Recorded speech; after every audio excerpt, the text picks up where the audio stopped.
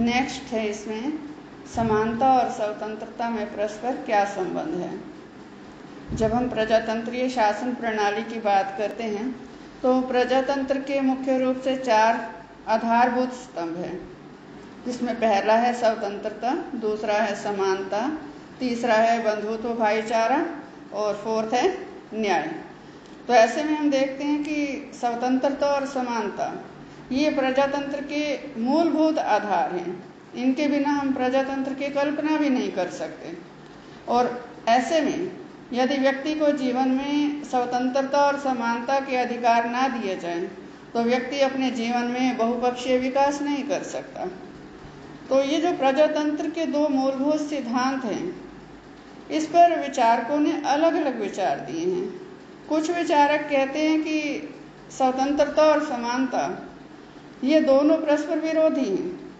वो कहते हैं कि दोनों को एक ही समय में क्रियान्वित नहीं किया जा सकता। इन विचारकों का मत है कि एक ही समय में यदि स्वतंत्रता के सिद्धांत को क्रियान्वित किया जाएगा तो जो समानता है वो नष्ट हो जाएगी, और यदि समानता की स्थापना के लिए प्रयास किए जाएंगे तो फिर स्वतंत्रता नष्ट हो जाएगी।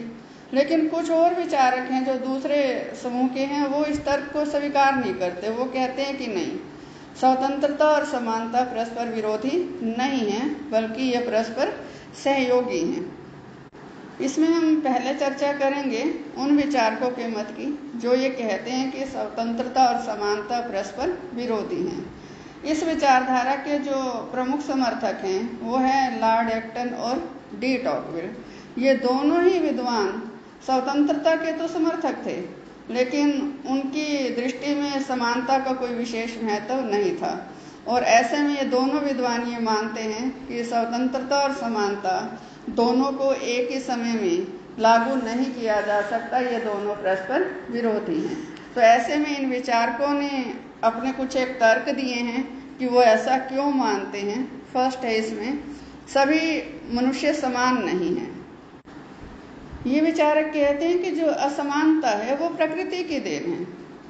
कुछ व्यक्ति जन्म से ही शक्तिशाली होते हैं, कुछ कमजोर होते हैं, कुछ व्यक्ति जन्म से ही बुद्धिमान होते हैं, कुछ मूर्ख होते हैं, मेंटली रिटार्डेड होते हैं। तो ऐसे में जो मनुष्य में असमानता है, जो वो प्रकृति की देन है, तो इन असमानताओं के होते हुए सभी व्यक्तियों के साथ समान रूप से व्यवहार करना, सबको समान समझना, ये उन लोगों के साथ अन्याय है जो बहुत अधिक बुद्धिमान हैं या बहुत अधिक शक्तिशाली हैं।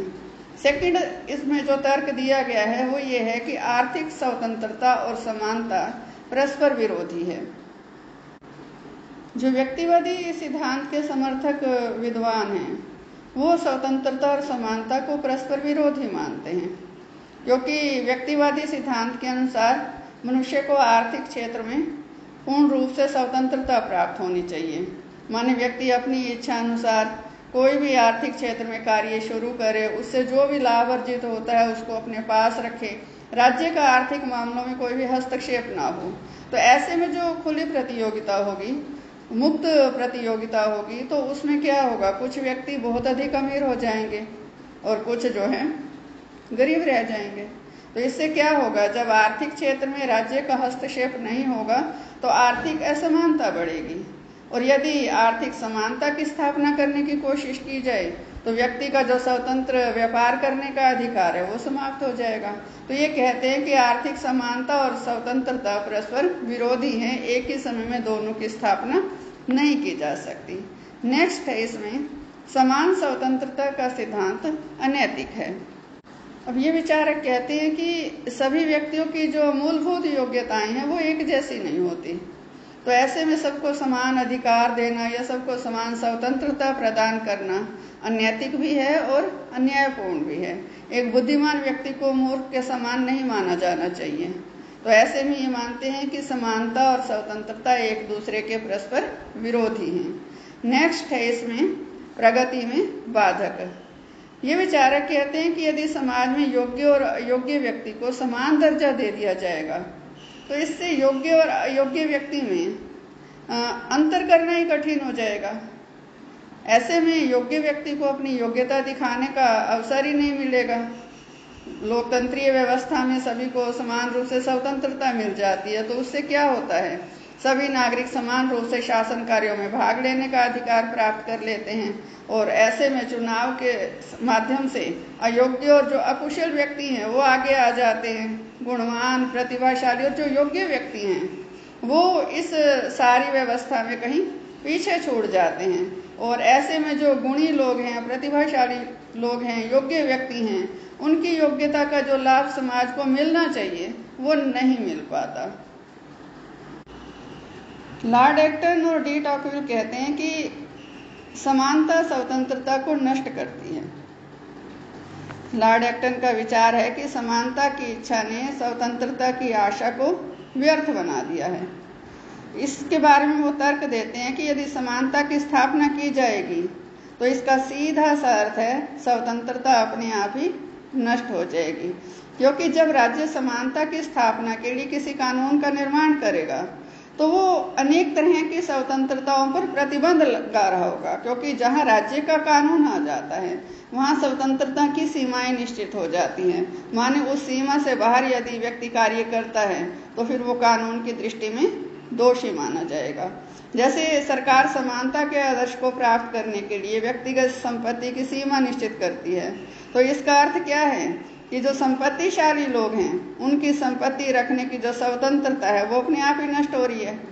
तो इस तरह से जो सरकार है समानता स्थापित करने के लिए जो भी कानून बनाएगी वो व्यक्तियों की स्वतंत्रता को सीमित ही करेंगे, क्योंकि जहां कानून आ गया वहां स्वतंत्रता अपने आप ही सीमित हो जाएगी।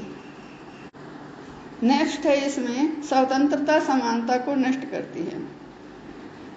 लॉर्ड एक्टन और डी टॉकविल कहते हैं जिस तरह से समानता की स्थापना व्यक्ति की स्वतंत्रता को नष्ट करती है, बिल्कुल उसी तरह से ही स्वतंत्रता भी समानता के लिए उतनी ही घातक है।